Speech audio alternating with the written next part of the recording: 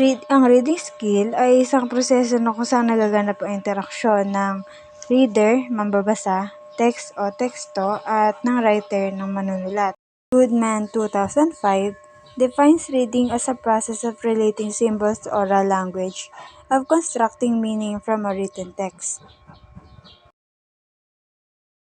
Ang decoding ang kakayahan ng isang mag-aaral na i-pronounce o sabihin ng mga nakasulat o nakalagay sa libro, at alamin kung ano ang ibig sabihin ng mga ito.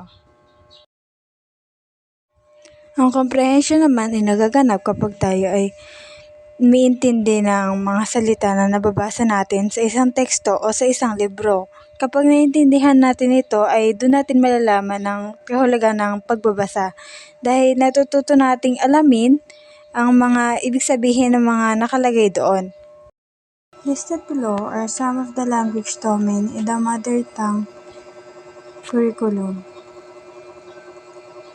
Directly related to reading, your task is to match the language domain to its equivalent performance standard and to sample competency of that domain.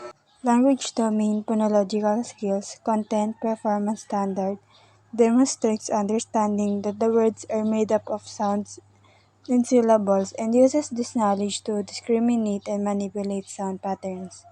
Competency gives the beginning letter sound of the name of each picture. Phonics and word recognition. Content performance standard demonstrates knowledge of alphabet and decoding to read, write, and spell words correctly. Competency uses the combination of affixes and root words as clues to get the meaning of words. Language domain fluency. Content performance standard reads with sufficient speed, accuracy, and proper expression in reading grade level text. Competency reads grade level text with appropriate speed. Reading comprehension comprehends and appreciates grade level narratives and informal text. Uses expression appropriate to grade level to react to local news, information, and propaganda about school, community, and other local activities. Language domain vocabulary and concept development. Content and performance standard uses developing vocabulary in both oral and written form. Competency notes important details in grade level narrative or informal text. Language domain attitude towards reading. Content performance standard values reading and writing communicative activities. Competency shows love for reading by listening attentively during story reading and making comments or reactions. Analyze. According to Lenters 2004-2005, for someone to be able to read, one has to understand the alphabet, decode, develop sight vocabulary to read fluently with automaticity, develop strategies to help with comprehension and fluency, engage in extensive reading.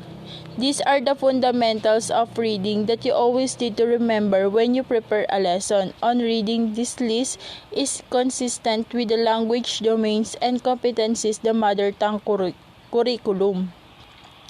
At this point, you will be asked to read and analyze different instructional activities or learning experience aimed at developing a child's early reading skills. With a partner, imagine that you will be doing these activities to your class. For each activity, identify the language domains and the competencies that are being targeted by the activity.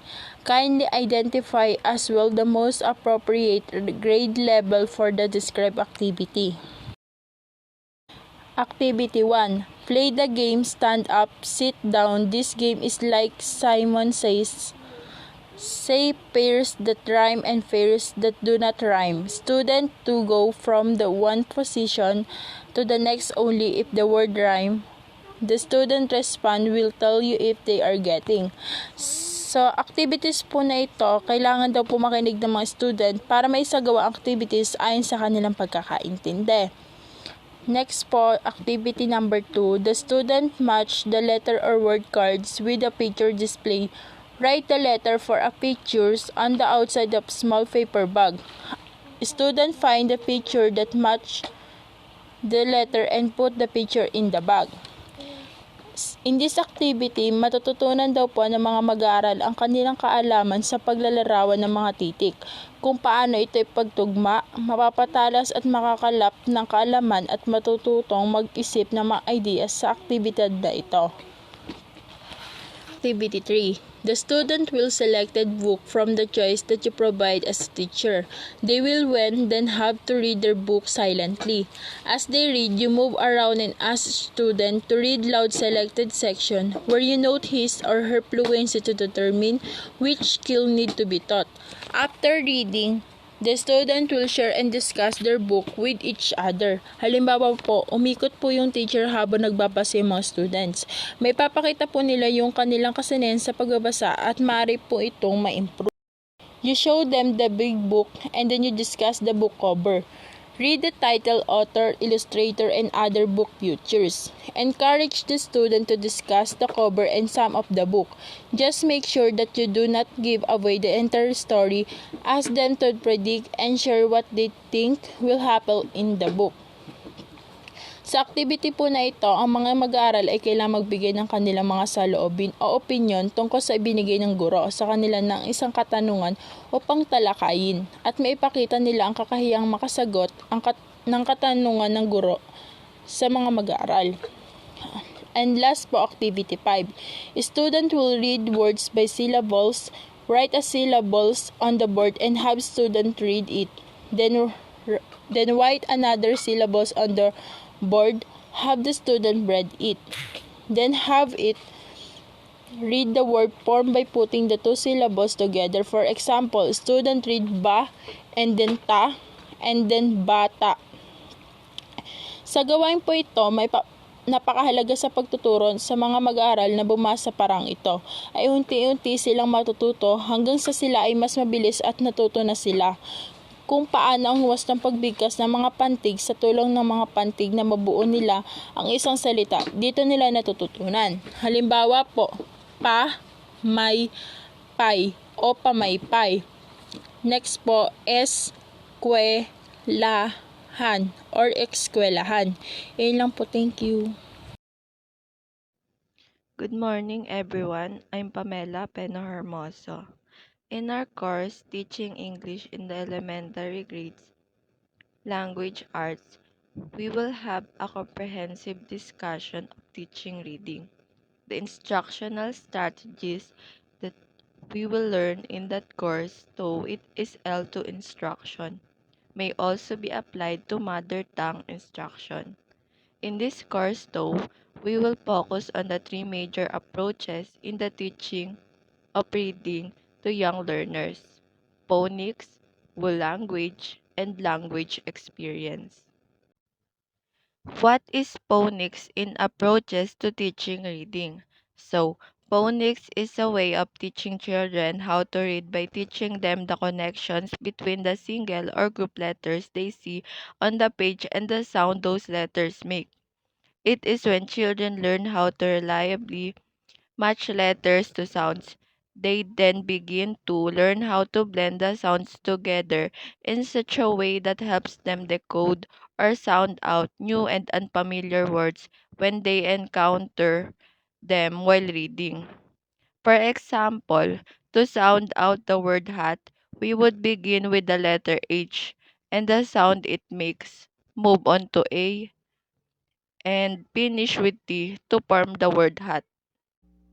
The example activities are: identify the first sound in a word, look for objects in the class that rhyme, sort pictures or make a collage of objects that begin with the same letter, sound, or rhyme. Toss a ball to a student after saying a word. The student has to think of a word that begins with the same sound. Another example is displaying the letters of the alphabet. along with words and accompanying pictures targeting each letter's most common sound. What does the approach mean to you? And for me, the phonics approach to teaching is helpful for children like us before. It is effective in a way that it provides opportunities for children to read. In what ways will the approach be useful to you in teaching reading in the mother tongue? Phonics can be helpful in a way that helps children learn to reliably match letters to sounds, and they then begin to learn how to blend the sounds together in such a way that helps them decode or sound out new and unfamiliar words. Good morning, everyone. Good morning, Mom. So let's start. Wool language. Reading aloud where students are given the chance to hear stories, poems, songs, chants, and other texts read aloud with opportunities to chime in words or lines or repeated share reading involved the student in reading teacher may ask this question after reading. So ayun, kasama sa pagbabasa ang mga katanungan ng guro kung ito yung mga katanungan, nagustuhan mo ba ang kwento? Ano ang paborito mong bahagi sa kwento? Sino ang iyong paboritong karakter? Gusto mo bang basahin itong muli? Gusto mo bang makitang muli ang larawan? So ayan yung mga example na pwede mong itanong pagkatapos ng kwento. Guided reading allows teachers to work with small groups of children who are at the same reading level, providing support or scaffolding while they read. For my explanation, this is a great help to teach students to read and develop their reading skills and get new skills to learn. Students learn each alphabet and develop reading fluency.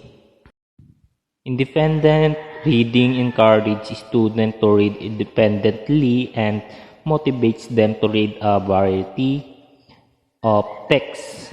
For my explanation, it is said that the students are expected to read freely. We know that reading is important to understand everything, the various texts. With the help of reading, we gain knowledge. Our knowledge is enriched and our vocabulary is expanded and our thought and attitude are shaped and we get important information. This is what should have lost everything, even the student, that reading is very valuable. So that's all. Thank you everyone for listening. Next reporter na po.